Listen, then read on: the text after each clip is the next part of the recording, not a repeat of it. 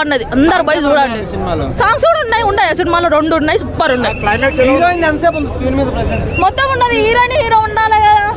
నాని అయితే సంపేషండు, మొత్తం సంపేషండు అంటే ఇంకా చెప్పద్దు. స్పీడ్ గా చూసిలారనా, అంతకు మించి ఉన్నది. అది ఇంకా ఘోరం ఉంటుంది అనుకుంటాను నేనైతే, ఎందుకంటే క్లైమాక్స్ లో వచ్చింది కదా వాళ్ళతో. నెక్స్ట్ రోల్ లో ఇంకో సూపర్ ఉంటది. గెస్ట్ రోల్ ఎక్స్పెక్ట్ చేసి చెప్పదు, చూడాలి పోయి సినిమాలు అందరూ. బాగున్నది.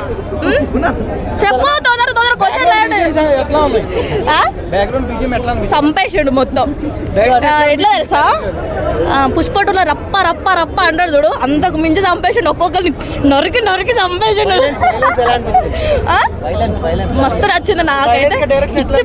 పిచ్చిగా చంపేసిన.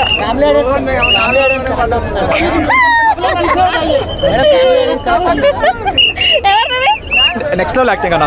అసలు ఇంతకుముందు మనం ఏదో జెర్సీలో చూసాం, ఒక అమ్మాయికి అర్జున్ చూసాము, ఇందులో మాత్రం ఒక నెక్స్ట్ లెవెల్ అర్జున్ చూపించాడు. కంప్లీట్గా బ్లడ్. అసలు కొన్ని సీన్స్ మరీ చూడడానికి ఇబ్బంది పుట్టించే సీన్స్ అయితే ఉంటాయి. అంత పక్క మాస్ ఏరేటెడ్ మూవీ అన్న.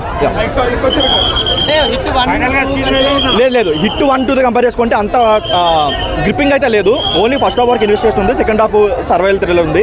ఆ సర్వైవల్ థ్రిల్లర్ కూడా కంప్లీట్గా ఫ్లాట్ అనిపించింది తప్ప ఎక్కడ అంత ఇంట్రెస్టింగ్ అనిపించలేదు. కానీ ఫస్ట్ హాఫ్లో కొంచెం ఆ ఇంటర్వల్ ముందు వచ్చి ఒక 1 hour ఆ సీక్వెన్స్ ఉంది, అది చాలా బాగుంది.